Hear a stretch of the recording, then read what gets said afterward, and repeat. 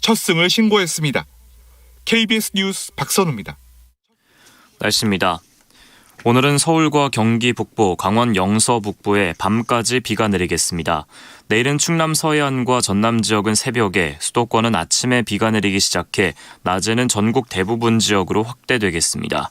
특히 충청권과 남부지방에는 모레까지 30에서 100mm, 많은 곳은 150mm 이상의 비가 내리겠습니다. 내일 아침 기온은 서울이 23도 등 전국이 19도에서 24도로 오늘과 비슷하겠습니다. 낮 최고 기온은 서울 24도 등 전국이 24도에서 31도로 오늘보다 2도에서 4도 정도 낮겠습니다. KBS 라디오 저녁 종합 뉴스 아나운서 태의경, 남현종이었습니다.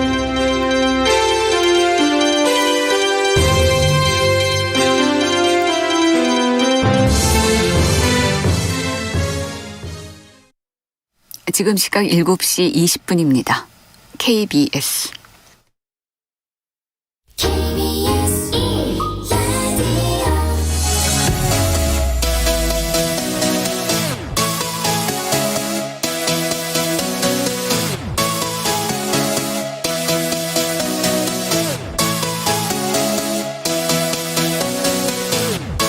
KBS 열린 토론.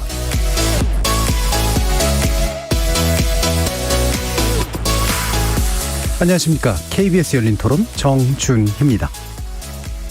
일단 북한하고의 관계는 끊을 수가 없는 지금 그거라, 사실은 그 미국이나 그 우방국들이 도와주지 않으면 굉장히 힘든 상황이라, 결과적으로는 완벽하진 않아도 그래도 영원히 지속될 수 있는 그거를 찾아야 되는데, 그때마다 어떤 정치적인 쇼맨십으로 했다가 북한이 그러니까 이제 훈련을 안 하고 이런 것들은 전혀 도움이 안 되는 것 같아요. 북한과의 관계를 위해서 연기까지 하면서 그쪽의 상황을 봐야 되는 건 아닌 것 같고, 우리 거는 할 건 하면서 대화를 하면은 될 것 같아요. 무조건 끌려가게 되는 거니까 미국이 나서야 된다고, 자세를 오픈해야 된다고 생각을 해요. 대화에 대한 방침을 기본적으로 깔고 가는 게, 지금은 좀 왔다 갔다 하잖아요. 근데 너무 끌려다니는 건 또 아니라고 또 생각을 해서, 너무 또 퍼주는 것보다는 그냥 상황 봐가면서 조금씩 조절을 하는 게 맞지 않나. 그렇다고 뭐 아예 이렇게 서로 돕는 거를 안 할 수는 없으니까. 대화를 좀 많이 가지고 뭐 저희가 좀 지원해 줄 거는 또 지원하고, 지금 당장은 코로나 관련된 부분이라든지 뭐 경제 관련된 부분이라든지 같이 또 협력할 수 있는 부분들이 있고 하니까, 협력할 수 있는 부분들도 같이 협력해 나가면 될 것 같습니다. 거리에서 만나본 시민들의 목소리 어떻게 들으셨습니까? 오늘 논의 주제는 갈림길에선 남북관계, 남북미 대화 재개될까라고 하는데요. 한반도 정세 여전히 짙은 안개 속에 있습니다. 일단 북한이 강하게 반발했던 하반기 한미연합훈련이 오늘 종료됐습니다. 연락통신선 깜짝 복원으로 남북관계 개선의 기대감이 높아지는 듯 하다가 한미군사훈련 문제로 다시 냉각된 상태이죠. 얼마 전 8.15 광복절을 기념한 문재인 대통령의 경축사 역시 구체적인 협력이나 대화촉구 메시지 대신 공전과 한반도 평화 등 원론적 메시지를 강조하는 데 그쳐서 얼어붙은 남북관계가 직감적으로 드러나기도 했죠. 그런데 며칠 전부터는 또 조금 다른 분위기가 감지되고 있습니다. 미 국무부의 북한 문제를 총괄하는 성김 대북 특별대표가 지난 6월 방문 이후 2달 만에 다시 방한하면서 한미연합훈련에 반발하는 북한 달래기에 나섰다는 분석이 나오고 있고요. 러시아의 북핵 협상 총괄이 이인영 통일부 장관과 만남을 가지기도 했습니다. 미국에 이어 러시아 대북 담당 인사 잇따른 방문이 한반도 문제에 어떻게 작동할지, 북한이 전격 대화에 나서게 될지 주목되는데요. 오늘 KBS 열린 토론에서는 냉탕과 온탕 사이로 오가는 남북미 관계 분석해보고 지속 가능한 한반도 평화의 길에 대해서 논의해보는 시간 가져보도록 하겠습니다. KBS 열린 토론은 여러분이 주인공입니다. 문자로 참여하실 분은 샵 9730으로 의견 남겨주십시오. 단문은 50원, 장문은 100원의 정보 이용료가 붙습니다. KBS 모바일 콩, 트위터 계정 KBS 오픈, 그리고 유튜브를 통해서도 무료로 참여하실 수 있습니다. 그리고 이제 콩에서도 보이는 라디오 만나실 수 있습니다. 시민 논객 여러분의 뜨거운 참여 기다리겠습니다. KBS 열린 토론 지금부터 출발합니다. 살아있습니다. 토론이 살아있습니다. 살아있는 토론, KBS 열린 토론. 토론은 라디오가 진짜입니다. 진짜 토론. KBS 열린 토론.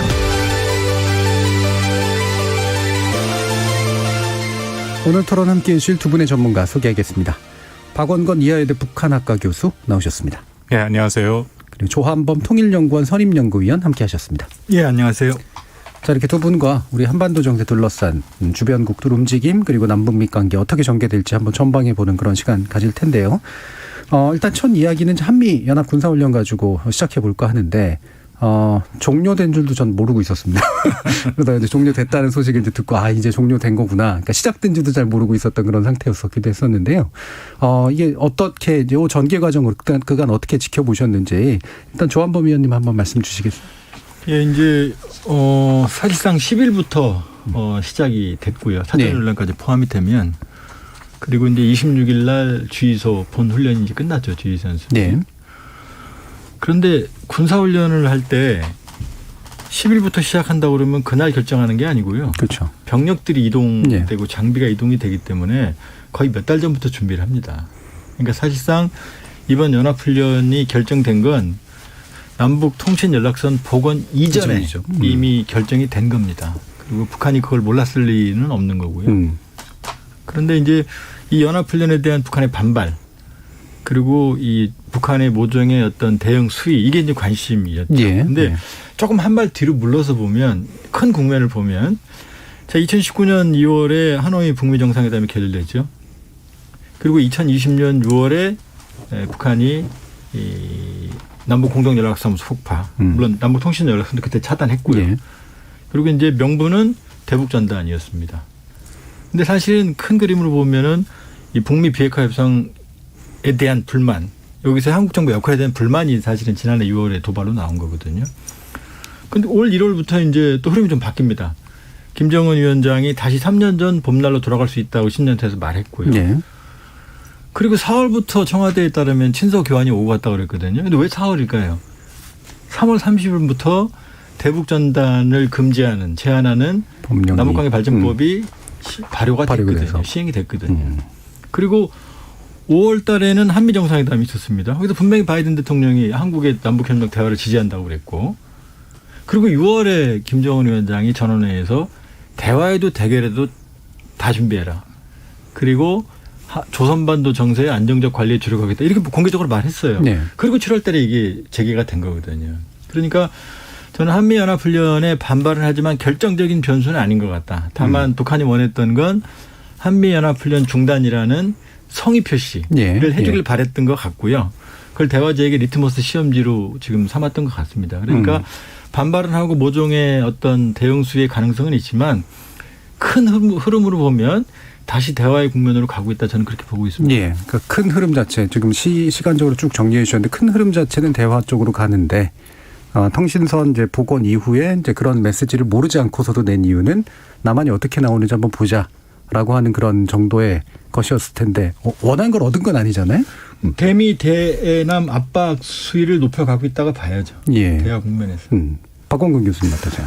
저는 그 앞에 우리 조한범 박사님 말씀하신 것처럼 7월 27일 날 북한이 메시지를 냈을 때 뭐 남북이 같이 메시지를 냈죠. 청와대랑 조선중앙통신 같은 그 단어를 썼고 그래서 문 대통령과 김정은 위원장의 결정이다라고 사실 밝혔고요.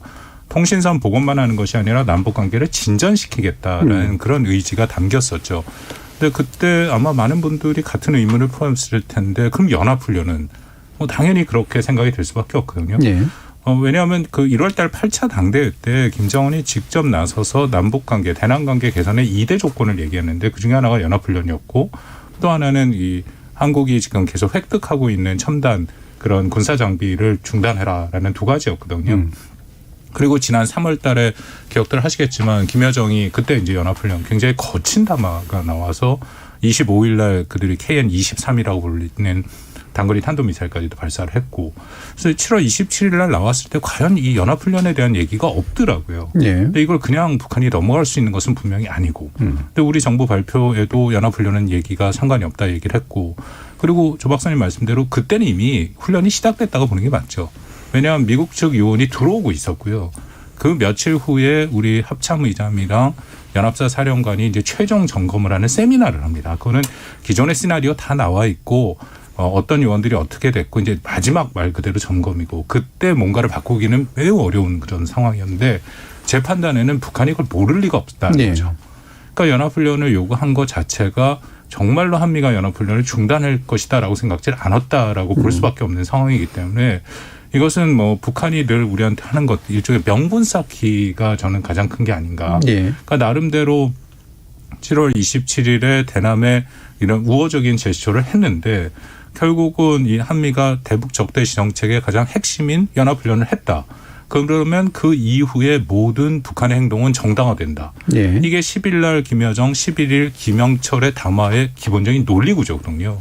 그러니까 앞으로 북한이 뭐 대남 공세를 하던 대미 압박을 하던 뭔가의 그런 명분을 쌓기 위해서 이런 일들을 했다라고 저는 판단합니다. 예, 그럼 그 명분 쌓는 건 이제 명분 이후에 하는 행동이 이제 방금 말씀하신 것처럼 연결이 될 텐데, 조한범 위원님은 이제 기본적으로는 대화 기조다라고 이제 보신 거에 반해서 그게 아닐 수도 있다라는 거와는 그런 뉘앙스가 좀 담겨 있는 것 같아서요. 어떻습니까? 그렇습니다. 뭐 저는 대화의 가능성이 있다 하면은 7월 27일 훨씬 이전에 얘기를 하거나 아니면 최소한 연합훈련이 끝나고 얘기를 하는 게 맞다라고 생각이 되고요. 여전히 북한의 의도는 아까 말씀드린 미국을 압박하겠다라는 그런 생각이 있었다라고 판단이 됩니다. 왜냐하면 미국이 여전히 대북 적대시 정책을 철회하지 않고 있고 또 혹은 뭐 나중에 대화가 재개가 되겠죠. 저는 뭐 언젠간 북미 대화가 재개될 거라고 생각을 하는데 협상이 재개되면 협상력의 우위를 가질 수 있도록 그렇게 하는 그런 다른 셈법이 좀 있지 않을까 하는 생각이 들고 하나는 뭐 이거는 그 좀 조심스러운 추측이긴 한데 이 내부 통제용일 가능성도 있다. 특히 7월 24일부터 27일까지 그 강습회라고 해갖고 북한이 이전에 안 하던 그러니까 우리로 따지면 영관급 장교들까지 다 모아놓고 대규모 강습회를 평양에서 했거든요. 그래서 그런 상황과도 좀 연계가 있지 않을까 뭐 그런 판단도 하고 있습니다.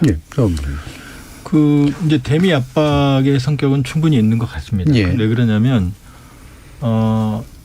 지금 북한이 분명히 북침용, 핵전쟁 예비연습이다 이런 표현을 썼거든요. 근데 이 두 말이 다 틀리는 게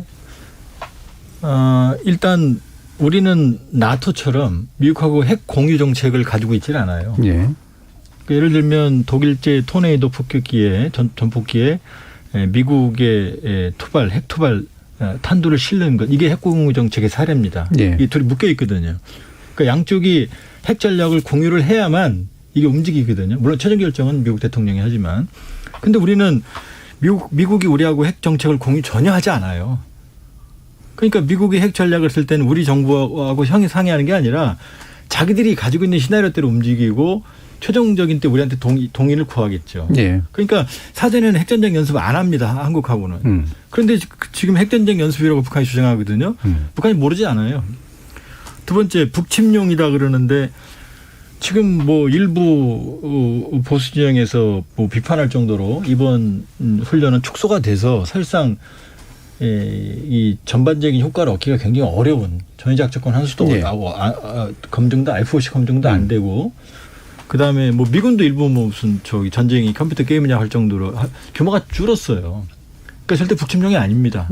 그 순수 방어적 성격이고 반격적도 이번에는 생략을 했어요. 그러면 북한 말이 다 틀리죠. 그러니까 지금 이 얘기는 북한이 지금 박 교수님 말씀대로 대미 대남의 명분 축적용이다. 그리고 이건 대화를 요구하는 거다 이렇게 볼 수 있고요. 더 중요한 건 뭐냐면은 말씀드렸지만은 대북전단의 살포를 제한하는 남북관계발전법 개정안이 이미 시행이 됐기 때문에 북한이 통신선 차단한 원인은 지금 원인 무효가 돼버린 상황이에요. 그렇게 본다 그러면 이번에 북한이 이 한미연합훈련을 문제 삼는 건 판을 깨겠다는 의도는 아닌 것으로 보여진다. 대화 국면으로 복귀했고 이 상황에서 협상의 레버리지를 강화하는 그리고 박 교수님 말씀대로 대내 통제용도 있는 것으로 보여져요. 그럼 왜 그러냐면 통신선 복원했다는 보도는 일반인한테 안 알렸거든요.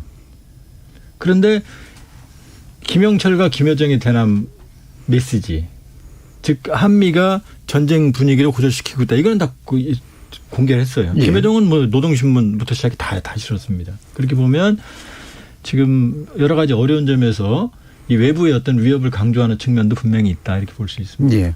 뭐 상당 부분 이제 두 분의 말씀이 일치되는 부분도 있지만 기본적으로 이 대화 기조의 내용이라는 게 뭐냐, 우리가 생각하는 것처럼 이제 막 아름다운 대화를 할 거냐, 아니면 끌어내 가지고 자신이 원하는 걸 얻는 대화를 할 거냐, 여기서 이제 아마 이후에 전개 과정이 또 다를 수도 있을 것 같은데, 그럼 이 부분 또 이제 방금 말씀 주셨으니까 지금 한미연합 군사훈련에 대한 이제 북한 측의 주장은 사실 억지 주장에 가깝다라고 이제 판단할 수 있는 건데, 왜 이제 다른 전문가님들이 이제 다른 때 또 얘기니까 약간 한미연합 군사훈련을 이번에는 약간 연기하거나 또는 상당히 축소하면 좋겠다라는 얘기를 해주신 적이 있었거든요. 이제 그러면서 약간은 북한의 입장에 동조하는 것까지는 아니지만 북한이 위협을 느낄 만한 것들은 분명히 있다 정도로 이제 얘기해 주신 경우도 있었는데, 이 부분에 대해서는 어떻게 생각하세요? 뭐 미국도 바이든 행정부 출범하면서 그런 고민들은 하고 있었습니다. 예. 연합훈련을 통해서 뭔가 북한, 그러니까 연합훈련을 한번 연기를 한다든지 한번 중단한다든지 그런 걸 통해서 북한을 협상장으로 끌어올 수 있는지에 대한 고민은 있었다라고 생각이 되는데요. 거기에 이제 몇 가지 문제가 있는 게, 정말 연합훈련이 북한한테 위협이 되고 그것이 북미 대화 재개에 걸림돌이 된다면 북한이랑 사전에 미국이 접촉이 해야겠죠. 네. 그래서 이번에는 연합훈련을 그러면은 중단을 할 테니까 대화를 재개를 하자. 그러니까 역으로 이번에 이 과정에서 보면은 8월 1일이죠. 김여정이 담화를 얘기를 했는데, 거기서 연합훈련을 중단할 경우에 북미 대화에 다시 협상 테이블에 오겠다 하면은 그거는 한미가 좀 진지하고 심각하게 고민을 할 수 있겠죠. 근데 단 여기서 중요한 거는 그 시점에서는 연합훈련을 연기는 사실은 취소입니다. 그렇죠. 미국은 전 세계를 대상으로 훈련을 하겠고 또 거긴 모병제지 않습니까? 그렇기 때문에 한번 동원하기 위해서 최소한 1년, 2년의 스케줄이 있어요. 그래서 사실상 취소인데, 그리고 그것을 만약 조정해서 한다라는 것은 뭐 아까도 조한범 박사님 말씀하셨는데 굉장히 심각한 문제가 있을 수밖에 없습니다. 그렇기 때문에 유일한 옵션이 남은 거는 취소였는데, 만약 북한이 정말 대화의 테이블로 나오는 조건으로 그걸 확실히 명확하게 했다면은 저는 한미가 좀 고민을 해볼 필요가 있었는데 그런 게 전혀 없었죠. 그러니까 설사 거기서 정말 결단을 해서 취소를 했는데도 북한이 안 나온다. 그거는 뭐 전혀 이렇게 되면은 굉장히 어려운 상황이, 한국과 미국 국내 정치적으로도 굉장히 어려운 상황에 직면할 수밖에 없기 때문에 그런 선택을 하기가 어려웠었죠. 그러니까 북한이 내세운 조건 자체도 한국하고 미국이 이거를 전략적으로 좀 고려해 볼 만한 상태는 아니었었다라는 것이잖아요. 닥쳤던 그렇죠. 게 지금 못 쳐다보는 이미 그 시기가, 그리고 27일이 나왔을 때 만약 정말 북한이 그런 생각이 있었으면 조금 더 일찍 뭔가 메시지를 보내고 대화를 시도를 했겠죠. 그리고 이제 김여정이 8월 1일 날 한미연합훈련을 실시하지 말라고 경고하는 담화를 냈어요. 그 재미없는 전주곡이 될 거다. 근데 만일에 김여정이 담화를 냈을 때 한미 정부에게 더 부담이 된다는 걸 북한이 몰랐을까요? 충분히 있겠죠. 알았겠죠. 그러니까 김여정 하명법이라는 얘기까지 듣고 있는데 그 상황에서 정말로 한미연합훈련 중단을 원했다면 말하지 말고 있었어야죠. 근데 그 얘기를 하면서 한미 정부가 물론 그것 때문은 아니지만 운신을 보기 훨씬 더 어려워졌거든요. 그런데 굳이 나서가지고 담화를 냈거든요. 그 점도 북한의 어떤 숨어있는 의도가 있다고 하나 보여주고, 또 하나는 우리가 주목할 게, 이번 한미연합훈련에 대해서 북한이 전례 없이 주한미군 철수론을 끄집어냈다는 거죠. 그리고 남조선에 있는 침략 무기들을 철수해라라고. 최근에 김정은 체제에서 2018년 19년 하노이 싱가포르 또 남북 정상회담에서도 주한미군 문제를 전혀 꺼내지 않았어요. 북한은. 그리고 임동원 전 장관의 회고록 피스메이커, 그다음에 올브라이트 전 미 국무장관, 다 김정일을 만난 사람들입니다. 입에서 김정일 위원장이 이제 주한미군 우리 생각 바뀌었다. 주한미군 이제 안정자다. 주한미군이 와 있으면 좋겠다. 이런 얘기가 다 나와 있어요. 근데 갑자기 주한미군을 얘기했다는 거죠. 근데 이 시점을 좀 당겨보면 이 왕이 부장이 8월 초에 ALF 아세안 안보 포럼에서 또 왕이 부장이 전에 안 하던 얘기를 해요. 한미연합훈련을 중단하라. 원래 그런 얘기 안 했거든요. ALF에서는. 그리고 중국과 러시아는 8월 9일부터 13일까지 근데 한미연합훈련과 겹치죠. 중국 닝샤에서 러시아하고 만여 명이 동원되는 전략훈련을 합니다. 첨단무기. 러시아군이 중국에서 훈련한 건 최초예요. 그리고 22일부터는 대한해협을 통과해서 05급 난창 구축함 이거는 이지스함보다 한 20% 더 커요. 최대입니다. 세계 최대입니다. 이 다른 함정 두 척과 함께 진입을 해서 지금도 동해에 있습니다. 동해 휘젓고 다니고 있어요. 네. 지금. 3월에도 그랬어요. 3월 훈련 때도 난창함이 똑같이 한미연합 훈련 기간에 대한해협을 통과해서 동해에 들어가서 8일 동안 있다 나갔거든요. 잠수함 그렇게 왔다 갔다 하는 건 잘 모를 텐데 어떻게 잠수함 모르죠. 난창급이라 구축함. 예, 예. 구축함. 그러니까 이 그림을 보면 중국 미중 전략 경쟁에서 미국에 대한 어떤 중국의 연합훈련에 대한 불편한 심기가 좀 숨어 있는 것 같다. 예, 예. 그러니까 그 부분도 사실은 좀 우리가 눈여겨볼 필요가 있습니다. 네, 단지 그러니까 북한의 불편함만이 아니라 이게 중국과 러시아 관계 속에서 나오는 어떤 불편함이 이제 북한을 통해서 표현된 측면 그런 부분이 좀 있어 보여요. 예. 그러면 이제 지금 미국하고 이제 러시아에 이제 잇따른 이제 한국 방문이 이루어졌는데 일단 그러면 이게 또 어떤 의미인지도 한번 짚어봐야 될 것 같은데요. 성김 대북 특별대표 이제 한국 방문했습니다. 그것도 이제 한미연합 훈련 중에 방문을 해서 여러 가지 메시지들을 내놨는데 기본적으로 어떤 의미가 있다고 보시는지 일단 몇 가지 목적이 있다라고 생각이 되는데요. 가장 중요한 거 첫 번째는 북한의 의도를 분석하는 거겠죠. 예. 왜냐하면 우리도 지금 얘기를 하고 있습니다만 7월 27일에 북한이 왜 도대체 이렇게 연합훈련의 문제 제기를 했느냐. 한미가 각각의 서로 이 판단을 했긴 했지만 그것을 같이 공유하고 같은 이 인식을 갖고 있는 것은 매우 중요하죠. 이제 그런 면에서 방안이 필요한 시점이었고 두 번째는 뭐 아까 잠깐 말씀을 나눴습니다만 10일, 11일 김여정, 김영철의 담화를 보면은 이 북한이 도발을 가능성을 열어놨거든요. 뭐 김여정 같은 경우에는 남조선 당국자들의 배신적인 처사, 국가 방위력과 강력한 선제 타격 능력을 강화하겠다. 뭐 김영철도 엄청난 안보위기가 다가오고를 느끼게 하겠다. 그렇기 때문에 북한이 도발을 할 수도 있다라는 거에 대한 대비를 한미가 할 필요도 있었다라고 생각이 되고요.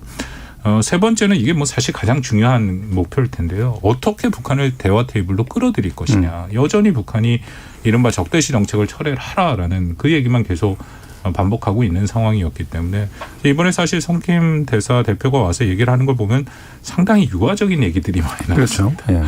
예. 이 KBS 인터뷰할 때 보셨겠지만 나의 친구라는 그 사실 굉장히 쓰기 어려운 얘기거든요. 왜냐하면 제가 이거는 뭐 약간 비공개된 거긴 한데 지난번 성김 대사가 한번 왔을 때 그때 비공개 간담회에서 여러 가지 의견들이 나왔는데요. 한책 참여자들이 혹시 바이든 대통령이 김정은 위원장한테 그 친서를 좀 보내면 어떻겠느냐 그런 얘기를 했는데 자기가 지금 이 시점에서 그런 거를 얘기를 하면 그러니까 친서라고 표현을 쓰지 않고 그 러브레터라는 표현을 썼대요. 그게 이제 트럼프 대통령이 했던 거. 네, 뭐 그 표현 때문에 그랬는지 모르겠지만 자기 그렇게 얘기하면 자기는 파면된다. 뭐 그런 워싱턴의 분위기였는데 이번에 와서는 굉장히 다른 메시지를 얘기를 한 거예요. 최대한 북한을 자극하지 않겠다라는 그런 의도는 있었고요. 또 하나는 마지막으로 한미 동맹을 강조하는 이게 아프간의 영향이다라고 생각해서 동맹 공약을 얘기를 할 거라고 생각했는데 와서 오자마자 뭐 그런 얘기를 했었죠. 한미 동맹의 중요성에 대해서 바이든 대통령이 얘기한 신성한 뭐 대한민국 수혜에 대한 미국의 의지 아마 그 정도가 가장 큰 그 목적이 아니었나 저는 그렇게 판단을 합니다. 그러니까 북한이 진짜 왜 저렇게 하는지 그 메시지에 대한 분석을 같이 좀 해보고 대화 테이블에 끌어낼 만한 방도도 좀 한번 찾아보면서 이제 한미동맹의 결속이라고 하는 측면을 이제 재강조하는 정도로 일단 해석을 해주셨는데 조한범 위원님은 또 어떤 시각에서 보고 계세요? 역시 이제 아프간 사태하고 이제 우리가 같이 묶어봐야 되는데요. 아프간은 사실은 미국의 실패라고 볼 수는 없고요. 미국은 베트남전은 미국이 실패했죠. 목표를 달성하지 못했으니까.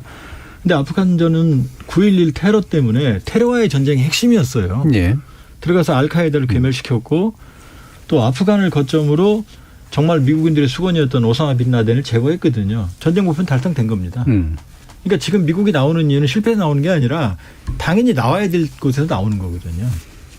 그러면 이제 미국은 제가 보기에는 재정비를 할 거고 그러면 이제 전략 목표에 재조정을 할 거고 이제 선택과 집중을 할 거거든요. 그럼 당연히 중국이죠. 중국이고 중국에 대한 압박은 훨씬 더 거세질 거고 그러기 위해서는 북한 문제를 안정화시켜야 되거든요. 바이든 입장에서는. 그렇게 보면은 이제야 비로소 바이든 정부가 북한 문제에 집중할 수 있는 이제 여력이 생기기 시작했다라고 저는 보는 거고요. 그런 면에서 본다 그러면은 이 대화 분위기가 깨지는 게 미국으로서는 가장 아쉬운 부분이죠. 그러니까 아까 우리 박 교수님이 얘기했지만 북한에 있는 우리 친구들 이런 표현은 그런 표현 참 따뜻한 표현이거든요. 예. 성김 그런 성격 아니거든요. 네. 북한에 있는 우리 친구들이라고 하는 표현도 썼고요.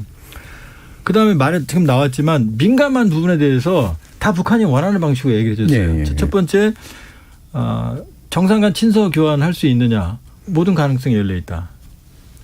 그다음에 대북 제재 해제해 줄 수 있느냐. 다 모든 관심사를 다룰 수 있다. 저는 그렇게 얘기 안 했거든요. 그런 질문 나오면 유엔의 대북 제재는 예외 없이 해야 된다. 이게 딱 답이에요. 정해진 답이었거든요. 여러 가지 그러니까 그리고 이제 북한의 복지 문제에 관심을 가지고 있다.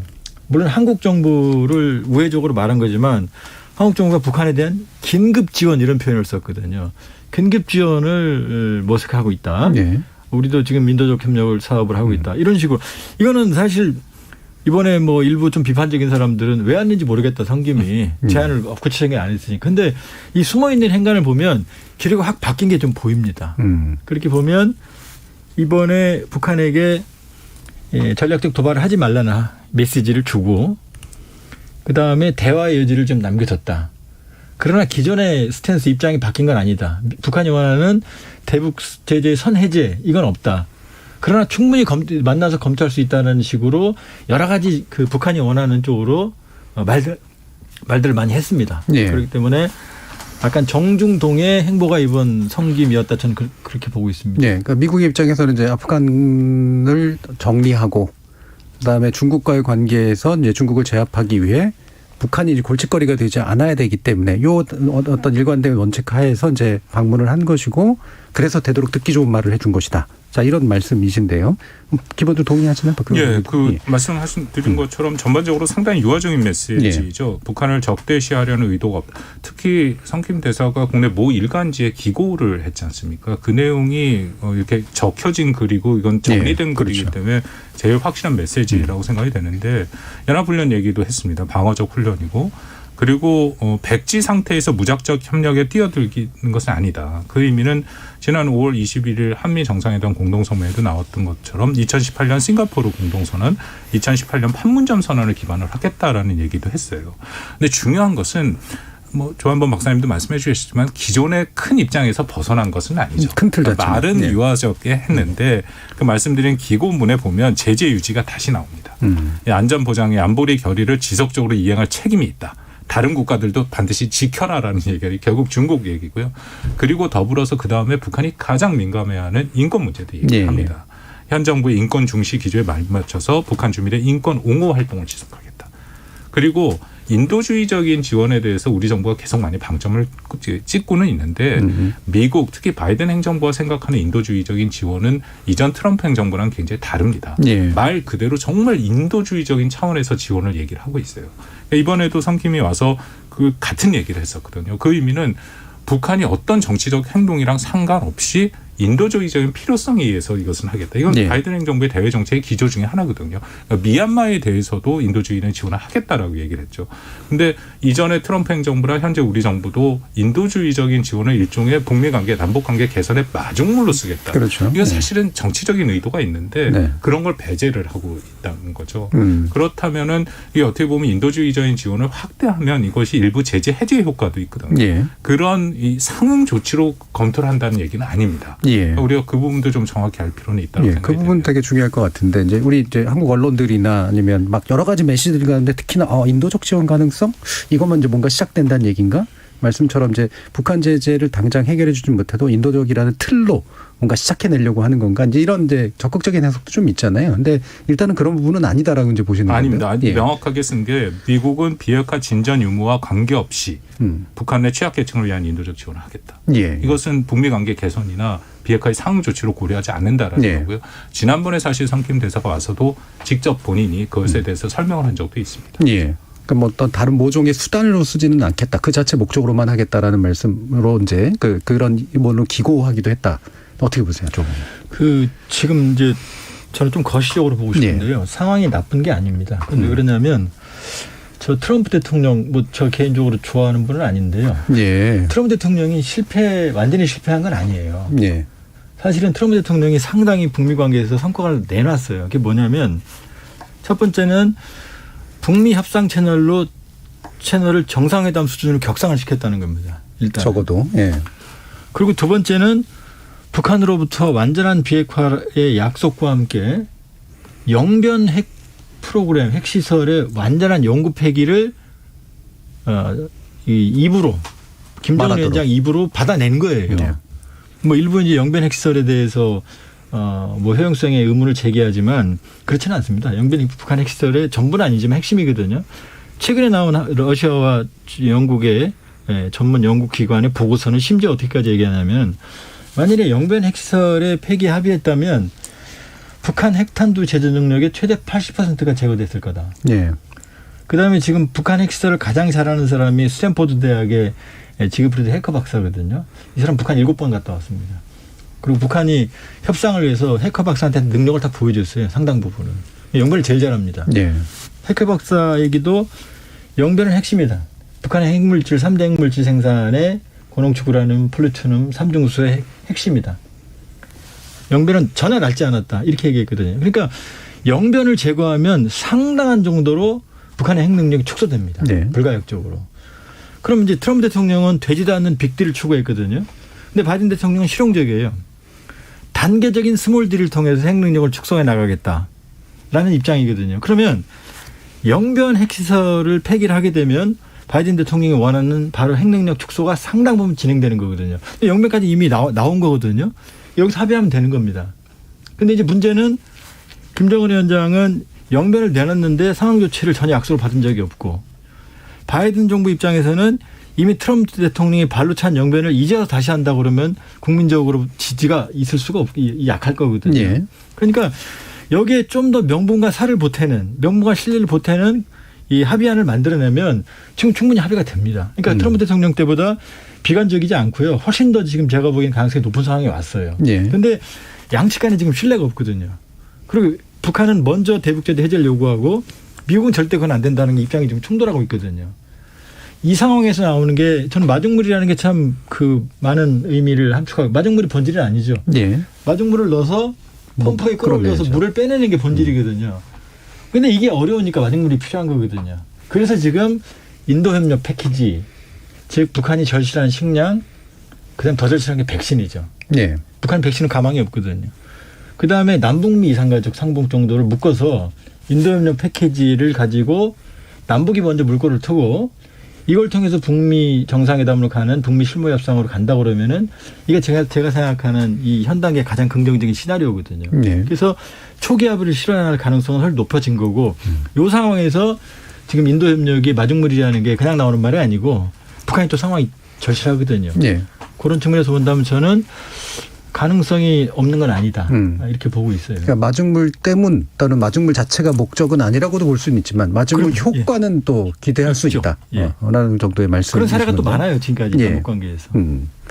그러면 이제 뭐 일부 마치기 전에 러시아 문제는 또 짚어야 될 텐데 러시아는 사실 뭐 지금 막 이런 논의들을 할 때 남북 관계를 풀어내는 데 있어서 이렇게 중심축은 아니다. 이제 이런 얘기들 흔히 하잖아요. 근데 이번에 마침 또 이렇게 같이 오니까 러시아하고 미국이 비슷한 시점이 오니까 이게 또 뭔가 있나 이제 이런 얘기들을 좀 많이 하는데 어떻게 보세요, 박원순 교수님? 그 러시아가 뭐 들리는 얘기하면 이 러시아가 온다고 해서 성김 대표가 또 온다라고 얘기를 했다라는 뭐 그런 얘기들도 좀 들리긴 하더라고요. 근데 뭐 사실 러시아는 저보다 우리 조한범 박사님이 전문가시기 때문에 그 훨씬 더 깊이 있는 분석을 해주실 거라고 생각이 되는데 제가 이해하는 러시아는 한반도의 문제에 그렇게 썩히 관심이 있지는 않습니다. 그리고 중국도 마찬가지고 러시아도 마찬가지고 그들에게 우선권을 두고 있는 곳은 역시 미국이죠. 특히 요즘 러시아의 미국 관계는 지난 트럼프 행정부 때 정말 뭐 개선을 기대를 했었는데 안 됐고 그리고 얼마 전에 푸틴과 바이든 대통령이 만나서 거의 무슨 그 결판을 내는 그런 분위기까지 연출이 되고 사실상 양국 간의 외교 관계는 끊겼다라고 보이는 상황이거든요. 저는 그 측면에서 이번에 오는 그 상캠 대사와 러시아 카운터파트가 도대체 어떤 얘기를 오고 가고 뭘 하는지가 굉장히 궁금한데 언론에 나오질 않았어요. 만나긴 만났답니다. 그건 저기 확인을 했고 서울 시내 모 호텔에서 만났는데 도대체 얼마만큼을 만났고 무슨 얘기를 했는지가 전혀 나오질 않아요. 이게 사실 차관급이기 때문에 굉장히 높은 수준에서 만남인데요. 물론 한반도 얘기를 했겠지만 그들은 한반도 말고도 굉장히 할 얘기가 많았겠죠.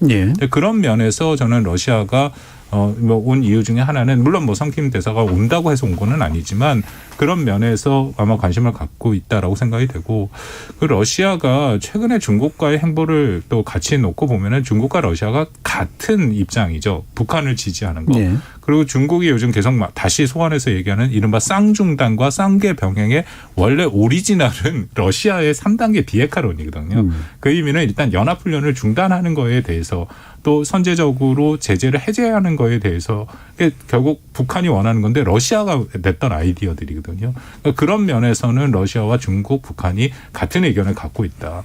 그러니까 제가 그런 상황에서 과연 한국에 와서 무슨 얘기를 할 수 있을 것인가. 네.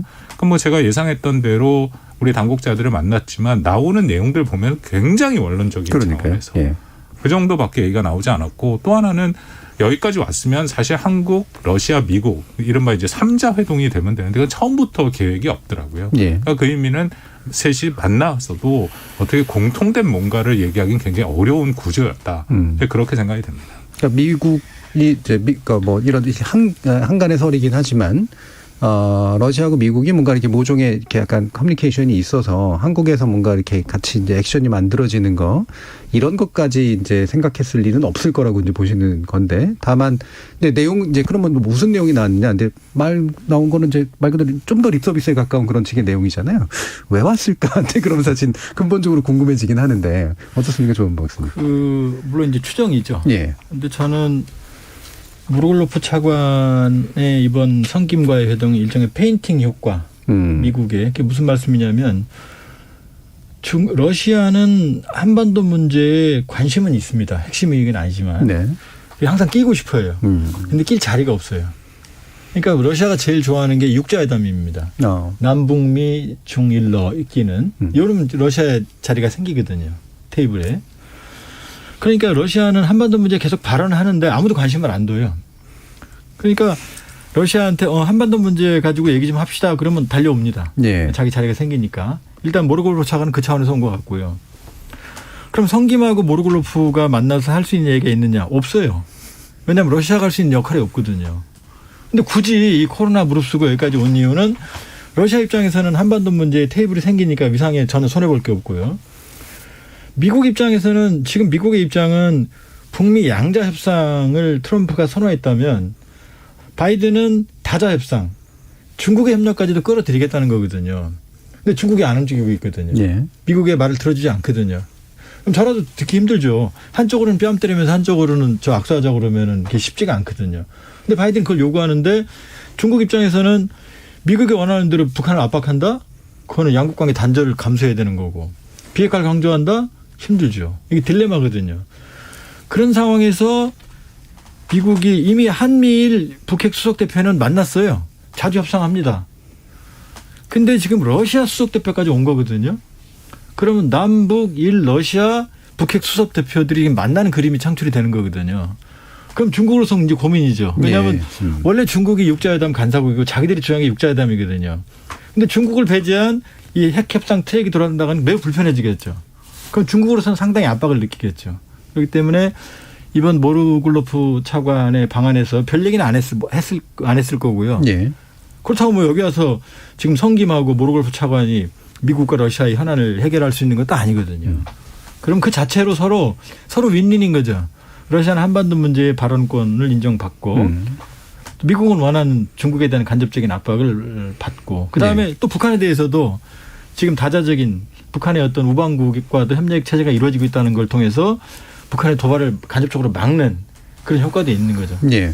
일종 페인트 모션이라는 미국 입장에서 얘기를 해주셨네요. 예, 네, 그렇습니다. 그 성팀 대표가 이 러시아 차관이 온다는 얘기를 듣고 자기가 온다라고 얘기한 거는 지금 조한범 박사님 말씀대로 그 시점을 보면은 북한의 도발 가능성이 굉장히 좀 있었던 상황이었거든요. 그리고 러시아가 이 한반도에 그나마 같이 그 공유하는 이익이라는 것은 한반도가 불안정하게 되기를 원치 않죠. 그거는 중국도 마찬가지고 그런 면에서는 최소한도의 공감대는 있을 수 있고 그리고 러시아 차관이 와 있는 동안 국내에서 가장 많이 얘기되는 게 과연 러시아가 여기 있는데 북한이 도발을 할 것이냐. 뭐 그런 얘기들도 전혀 근거 없지는 않거든요. 나름대로 러시아가 성의를 갖고 또 북한을 지원을 하고 있는데 하필이면 차관이 와 있는 이 시점에서 도발하면은 러시아 입장이 곤란해지는 것은 사실이고 예. 그러니까 오히려 그냥 성김 대사가 혼자 와 있을 경우에 만약에 북한이 도발을 결심했다면 그건 굉장히 좋은 타이밍이 될 수 있죠. 미국한테 확실한 메시지를 보낼 수 있는 거. 그러니까 지금 굉장히 복잡한 역동이 그 안에서 우리가 자세하게는 알 수는 없지만 있다라는 것은 뭐 추정은 가능하다고 생각이 됩니다. 예. 그 적어도 이제 한국이나 미국 입장에서 보면 이런 모양 자체는 북한의 이제 추가 도발이나 이런 것들을 억제하는 그런 효과는 분명히 좀 있었던 것 같은데요. 자, 그런 내용들 지금 1부에서 좀 살펴봤고요. 2부에서는 좀 더 자세하게 과연 어떻게 이제 문재인 정부 하반 이제 얼마 안 남았으니까 과연 뭔가 좀 이렇게 좀 나오기라도 할 수 있을 것이냐, 약간의 진전이라도 있을 수 있을 것이냐, 이 부분을 좀 중점적으로 좀 논의해 보도록 하겠습니다. 그동안 들어온 청취자들의 의견도 한번 살펴볼 텐데요. 정의진 문자캐스터 불러보겠습니다. 네, 지금까지 청취자 여러분이 보내주신 문자들 소개합니다. 0013님, 이번 아프간 사태를 반면교사 삼아야 합니다. 개인이나 국가가 힘이 없으면 영원한 우방이란 없습니다. 특히 국제사회는 이해관계에 따라 이합집산할 뿐이죠. 관료들의 저항타님, 북 수뇌부 잡자고 전쟁을 일으킨다면 우리나라 전체가 위험에 처하는 길입니다. 결국 북한은 대화로 설득해야 합니다. 오윤재님, 같은 동포라고 해도 남북 통일이 굳이 필요할까요? 남과 북의 평화 공존이 필요합니다. 지속적인 국방력 향상을 바탕으로 북한의 태도에 따라 당근과 채찍이 적절히 필요합니다. 0843님, 바이든 행정부의 대북 정책이 명확하지 않은 것 같습니다. 북한에 줄 건 주고 받을 건 받아야 할 텐데 무조건 조건 없는 대화에 나서라고 하면 북한이 나설 명분이 없죠. K76074681님, 북한의 요구를 자꾸 들어주니까 우리를 길들이려고 하는 것 같아요. 오히려 군사훈련도 더 강하게 해서 북한을 압박해야 합니다라고 보내주셨네요. 네, KBS 열린 토론, 이 시간은 영상으로도 생중계하고 있습니다. 유튜브에 들어가셔서 KBS 1라디오 또는 KBS 열린 토론을 검색하시면 지금 바로 토론하는 모습 보실 수 있습니다. 방송을 듣고 계신 여러분이 시민 논객입니다. 계속해서 청취자 여러분들의 날카로운 시선과 의견 보내주세요. 지금까지 문자캐스터 정의진이었습니다. 토론이 세상을 바꿀 수는 없습니다. 하지만 토론 없이 바꿀 수 있는 세상은 어디에도 없습니다.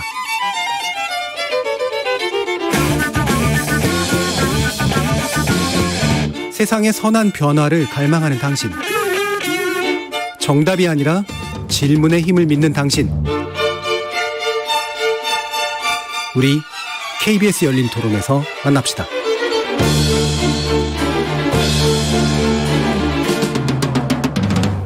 KBS 열린 토론, 갈림길에선 한반도, 남북미 대화 재개될까라는 주제로 박원건 이화여대 북한학과 교수, 조한범 통일연구원 선임연구위원 두 분의 전문가와 함께하고 있습니다.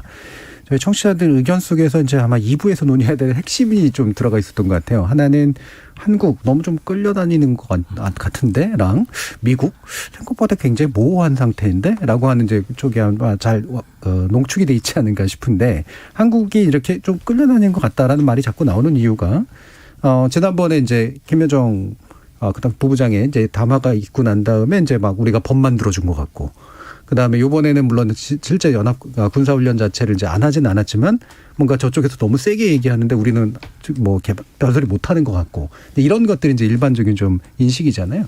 실제로 이렇게 끌려다녀 온 것이다라고 판단하시나요?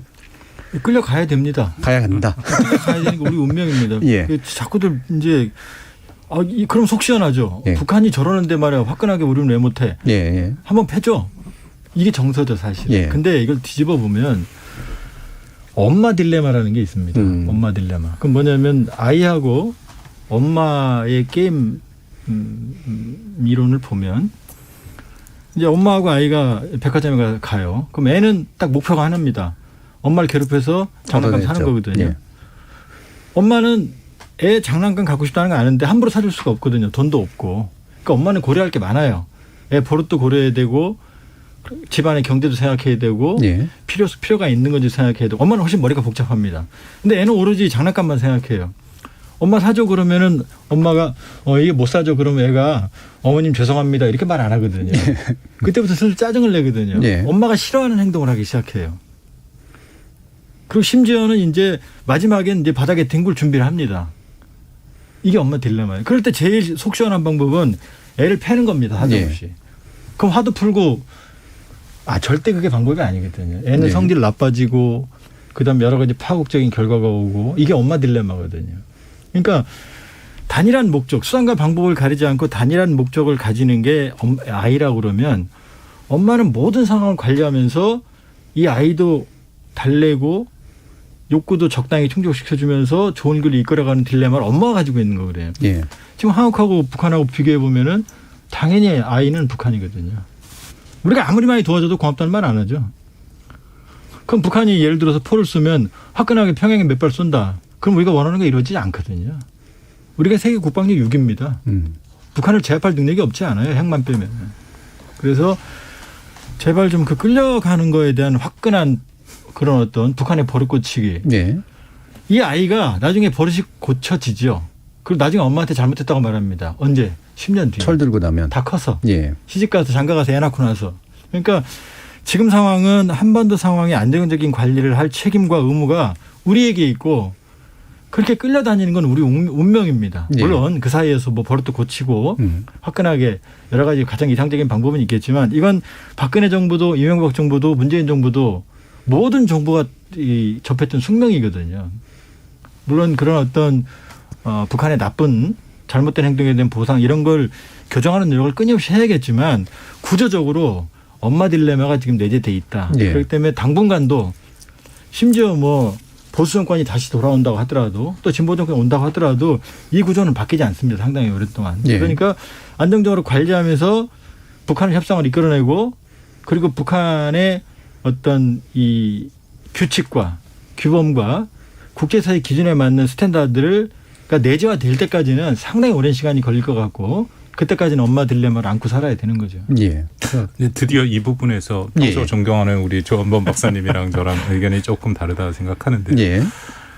아이가 떼를 쓰고 그리고 뭐 예를 들어서 백화점 가서 막 뒹굴고 심지어는 부모한테 욕을 하고 거기에 대해서 아동심리를 담당하는 모든 사람들의 기본적인 상식선에서는 때리면 안 되죠. 물론 때리면 안 됩니다. 예. 손에 대는 것은 안 된다는 민법상으로도 이제 안 되게 됐죠. 그건 안 되고 그렇지만 야단은 쳐야죠. 예. 그리고 그 아이가 원하는 걸 안 들어줌으로써 그렇게 떼쓰는 것이 소용이 없다라는 것을 교육을 시켜야 된다라는.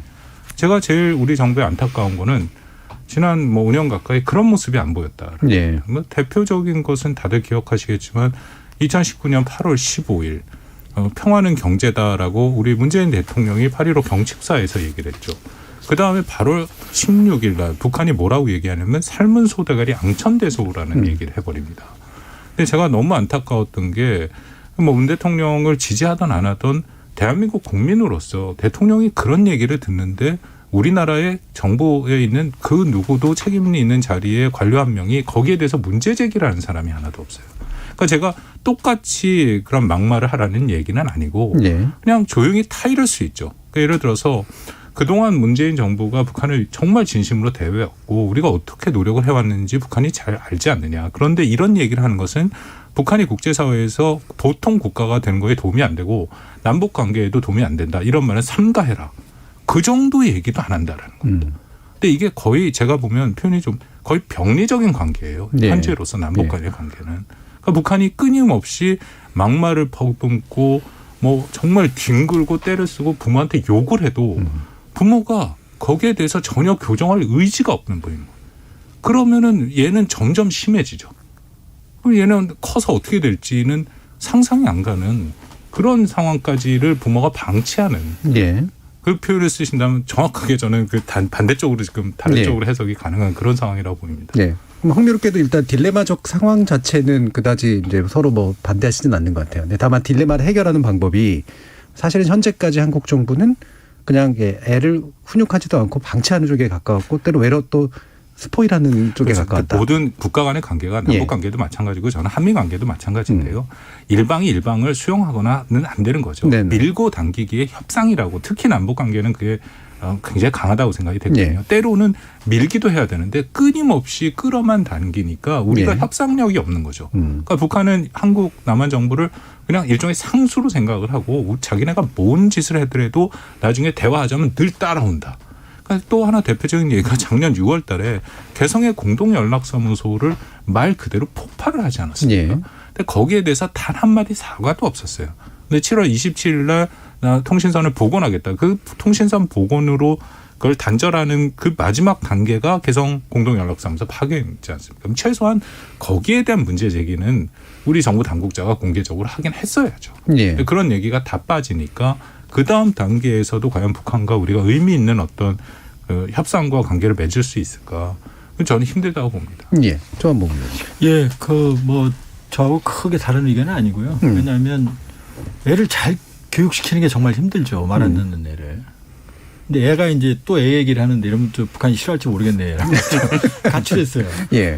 그럼 쫓아가서 걔를 혼내는 것보다는 일단 달래서 집에 데리고 들어와야 됩니다.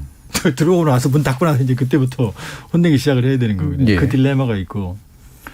또 하나는 우리한테는 인질이 있어요.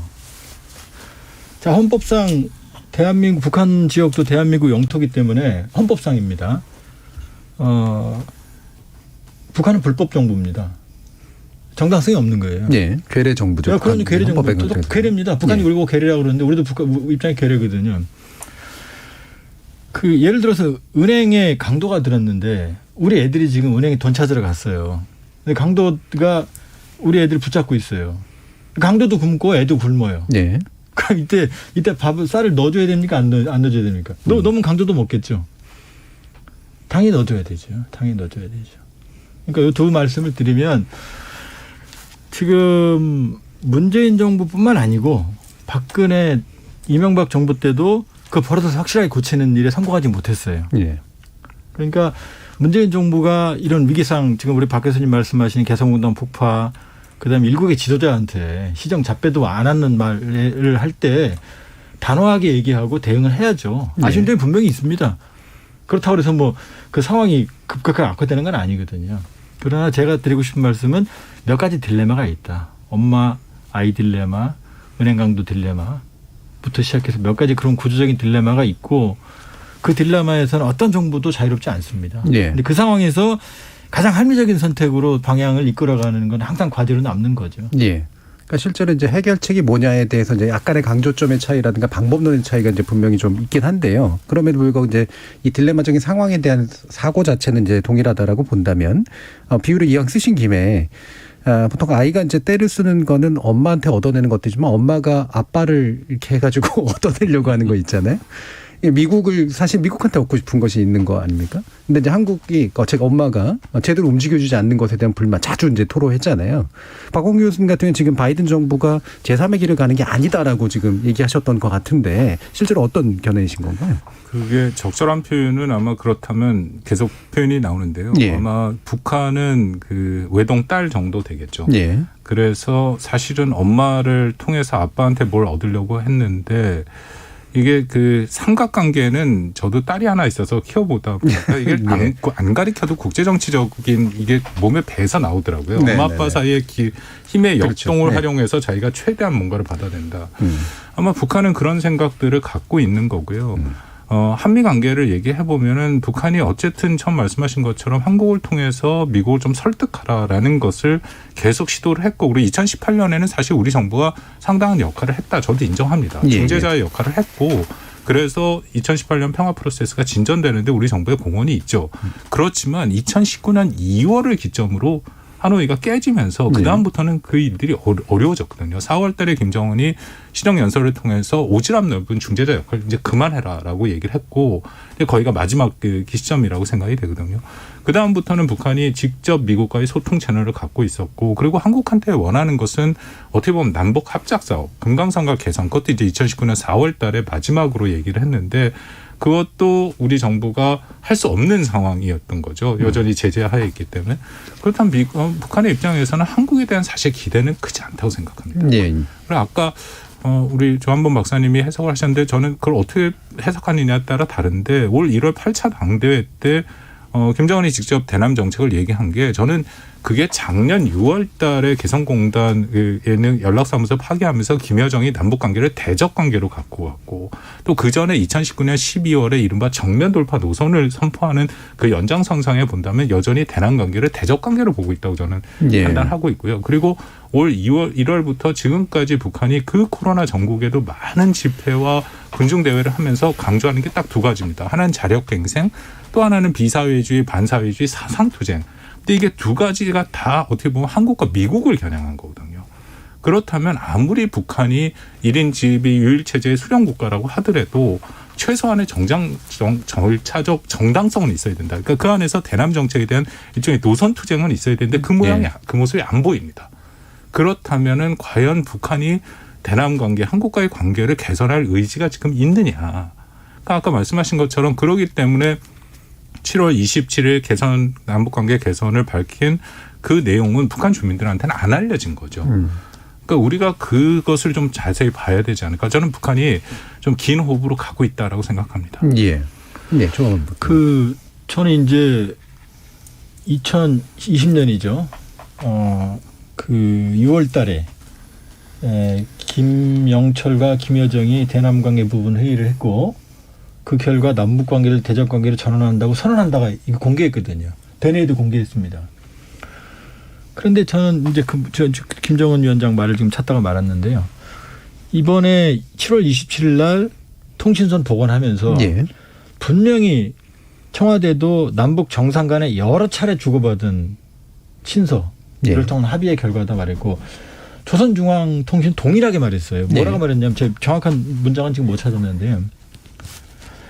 여러 차례 친서를 주고받은 결과 뭐 어쩌고 앞에 의미에서 남북관계를 화해로 전환하는 큰 걸음을 내디딜 때 대한 합의를 하였다. 이렇게 표현했어요. 이건 대적관계를 지금 푸는 겁니다. 사실은. 이 조정통만 본다고 그러면은. 그러니까 지금 이 흐름으로 본다고 그러면은 지금은 이 큰 흐름에서 북한이 이 대화로 복귀한 상황이고 대화에 복귀한 상황에서 지금 불만이 있는 거죠. 김정은 입장에서 악몽은 뭐냐면 자 판문점 4.27 회담에서 종전선언 얘기가 비핵화 종전선언 얘기가 나왔어요. 그리고 이제 우리가 들은 정보로는 싱가포르 정상회담에서 종전선언을 북한이 바랬는데 안 됐다라는 거거든요.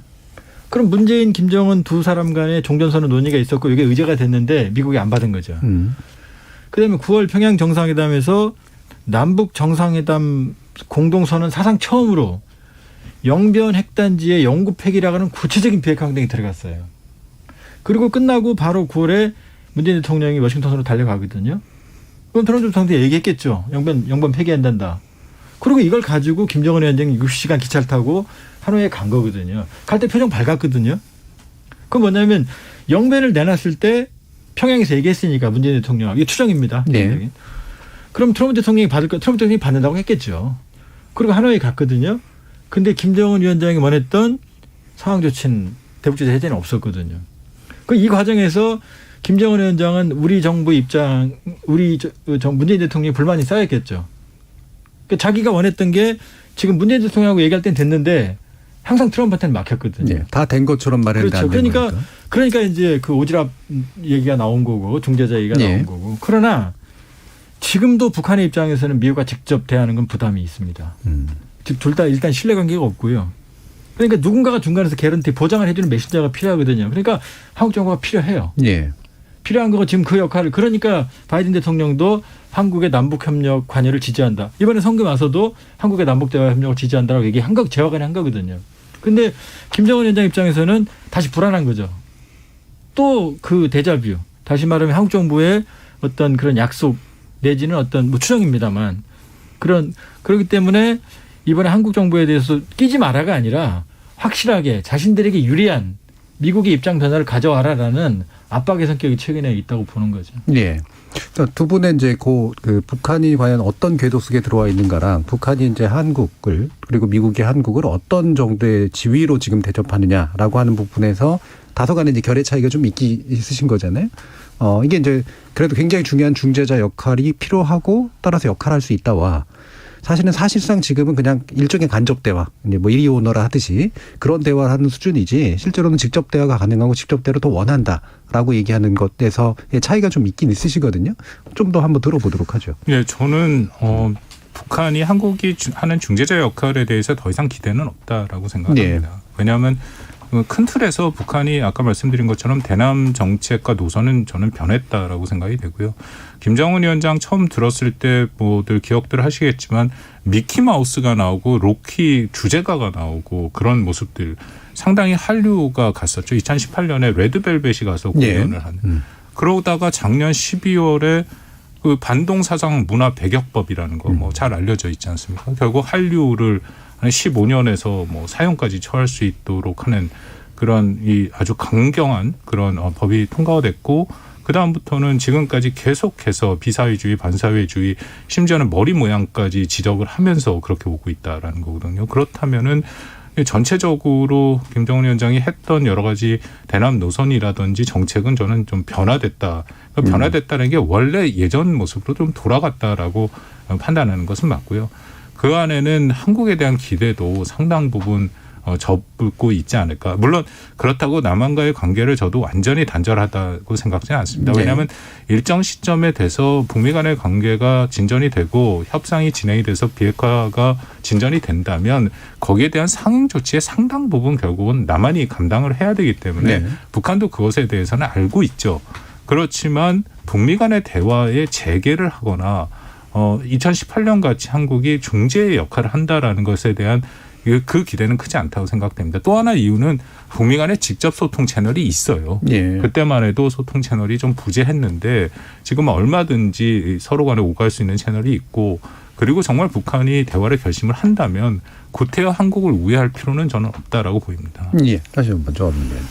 미국의 입장, 북한의 입장에서 바이든 정부는 벅차죠. 여러 가지 면에서 벅차죠. 왜냐하면 스티브 비건 전 특별대표 그다음에 벌써 이제 이름도 잊어버리네요. 국무장관이 누구였죠?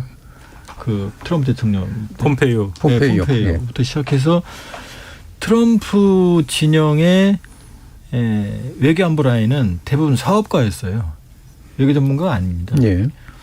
근데 지금 이 바이든 정부는 설리번 안보보좌관부터 시작해서 이 국방장관, 국방차 웬디 셔먼 그 국무부 부장관, 국무부 장관 토니 블링컨부터 시작해서 성김까지 모두 다 이 외교안보 전문가이며 특히 북한 비핵화 협상의 전문가들입니다. 만만치 않은 사람들이죠. 만만치 않은 사람들입니다. 거기다 이 바이든 정부는 어떠한 상황에서 인권을 얘기합니다. 인권. 이걸 이제 가치 기반 국제주의라고 그러거든요. 그 숨은 그림은 또 그 타겟은 이제 중국입니다.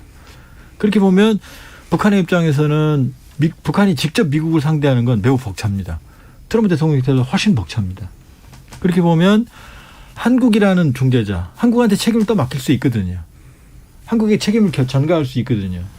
그렇게 보면 미국을 직접 상대하는 것보다 한국을 메신저로 하는 협상이 북한에게는 훨씬 더 유리하고요.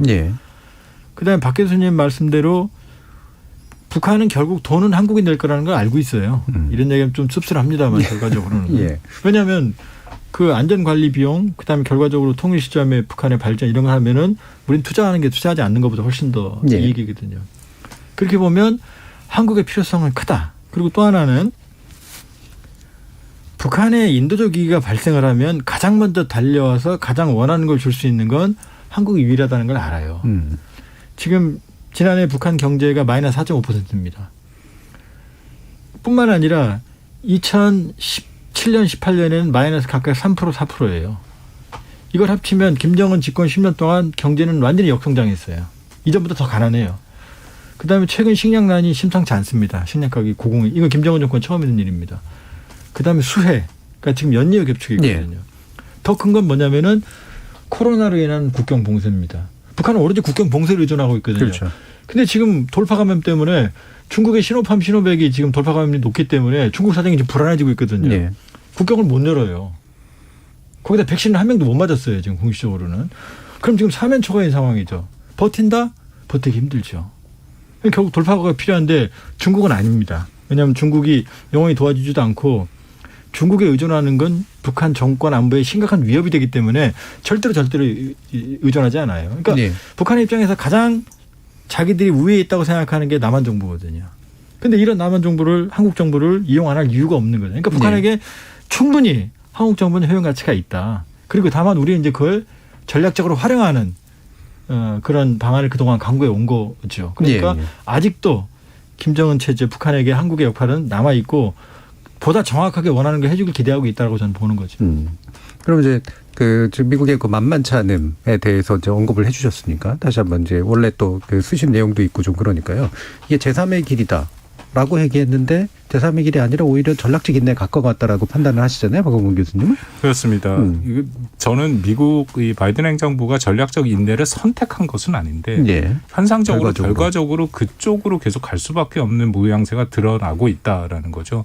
전략적 인내에 대해서는 바이든 행정부가 아주 명시적으로 자신들은 아니다라고 얘기를 했고 그렇다고 트럼프 행정부 때 했던 일괄 타격도 아니고 자신들은 이번에 성김 대표 와서도 잘 조정된 실용적인 것이다라고 얘기를 하고는 있죠. 물론 잘 조정된 실용적인 것이 얼마나 새로운 것일까에 대한 좀 의문은 있습니다. 아까 뭐 트럼프 행정부 때도 얘기를 했고 우리가 안 해본 것 없고 사실 트럼프 행정부 때도 상당 부분 상응 조치를 포함해서 어떻게 보면 그때도 단계적으로 그런 비핵화 방안들이 있었죠. 근데 결국은 북한이 그걸 들어보지도 않고 끝난 그런 상황들이었고 현재로서의 가장 지금 북미 관계의 어려운 점은 저는 이거라고 생각하는데요. 북한이 끊임없이 적대시 정책을 선철해라. 그것이 만남의 조건이다라고 얘기를 하는데 정확하게 적대시 정책의 어떤 면을 얘기하는지 모릅니다. 적대시 정책이라는 것이 굉장히 광범위하죠. 비교적 북한이 정확하게 얘기한 게 2019년 10월 달 스톡홀름 마지막 실무 협상이 깨지면서 이른바 발전권과 생존권으로 나눠서 얘기를 했는데 발전권은 제재 해제고 생존권은 연합훈련의 영구 중단부터 주한미군 철수까지 포함이 됐거든요. 근데 얼마 전에 우리 국정원에서 어떤 근거로 정보를 갖고 있는지 모르겠지만 북미 대화의 재개 조건으로 제재 해제를 얘기를 했다라고 얘기하는데 저도 거기에 동의는 합니다. 근데 문제는 그런 걸 논의하기 위해서 일단 만나자라고 미국이 계속 얘기를 하는데 북한이 만날 필요 없다 얘기했고 이번에 성김 대사가 와서 또 어느 시간 어느 장소 했더니 그것도 최선희가 자기네 그거 안 하겠다라고 얘기를 한 거거든요. 그렇다면은 미국으로서는 선택의 여지가 없는 거죠. 북한이 뭔가가 최소한도의 그 나름대로 미국도 명분이 있어야 움직이는 건데 그런 것이 전혀 없는 상태에서 선제적으로 뭘 할 수가 없는 거죠. 그렇다면 어쩔 수 없이 선택하지 않았는데 그전에 했던 전략적 인내라는 게 뭡니까? 결국 북한이 뭔가 변하고 진정성을 갖고 나올 때까지 그냥 기다리는 거잖아요. 약간 그 모양새로 가고 있다 그렇게 생각해요. 미국의 실질적인 선택이었다기보다는 북한이 실제로 활동의 여지 자체를 별로 보여주는 게 없기 때문에. 이번에 성김 대사 와서도 똑같은 얘기를 하고 갔는데 계속해서 자기는 정말 정권을 받았고 진정성 있게 대화를 하겠다라고 얘기를 했는데 북한이 결국 전혀 대화의 문을 열지 않고 있으니까 바이든 행정부에 움직일 공간이 없는 거죠. 지금 조한범 위원님께 한 1분 정도만 더 드려야겠네요. 마지막 발언처럼. 미국 전략적 인내 시즌2다. 전략적 인내가 아닐 거면 김정은 정권을 아주 고통스럽게 정권 안보를 흔들든지 아니면 김정은 정권이 반길 만큼의 큰 당근을 줘야 되거든요. 두 개가 다 없어요. 그러니까 바이든 정부는 캘리브레이티드 프랙티컬 어프로치 조정된 실용적 접근이라고 지금 화려하게 수사를 내놨지만 제국의 내용이 지금 허전하다. 거기에 대한 불만이 있는 거고 한국 정부는 그 사이에서 그 빈틈을 메우기 위해서 지금 노력을 하고 있는 상황이다 이렇게 볼 수 있습니다. 참 어떻게 노력하면 좋을지 원래 사실 더 여쭤봐서 끌어내야 되는데 남은 시간이 별로 없어서요. 아마 자녀 임기 동안 사실 할 수 있는 것들도 많지 않기 때문에 어떤 묘안을 낼 수는 없을 것 같고 상황 변화를 좀 더 지켜봐야 될 것 같습니다. 자, 오늘 남북관계 그리고 남북미 관계에 관련된 내용들 이렇게 열린 토론 통해서 살펴봤는데요. 오늘 토론 함께해 주신 두 분의 전문가 조한범 통일연구원 선임연구위원 그리고 박원권 이화여대 북한학과 교수 두 분 모두 수고하셨습니다. 감사합니다. 감사합니다.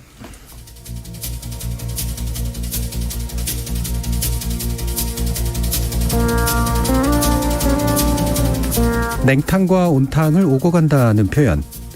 표면적으로는 그간의 남북관계를 잘 요약해주는 듯도 하지만 곰곰이 따져보면 딱히 그렇지 않은 것도 있습니다. 사우나에서 오가는 냉탕과 온탕이야 본인이 원해서 하는 거고 또 그만큼 얻는 바도 있는 반면 남북한 관계에서의 냉온탕은 양측 당국에겐 피말리는 상황이고 그걸 지켜봐야 하는 국민들에겐 현기증 나는 그런 일이겠죠. 롤러코스터 타듯 그런 낙차마저 즐기기는 어렵겠지만 오르막과 내리막은 늘 교차하는 것이라는 현자의 통찰, 그리고 안 끝날 것 같은 그 길도 결국 언젠간 종착역에 다다를 거라는 믿음, 그 정도는 얻어볼 수 있지 않을까 싶습니다. 참여해주신 시민동객 여러분 감사합니다. 지금까지 KBS 열린 토론 정준이었습니다.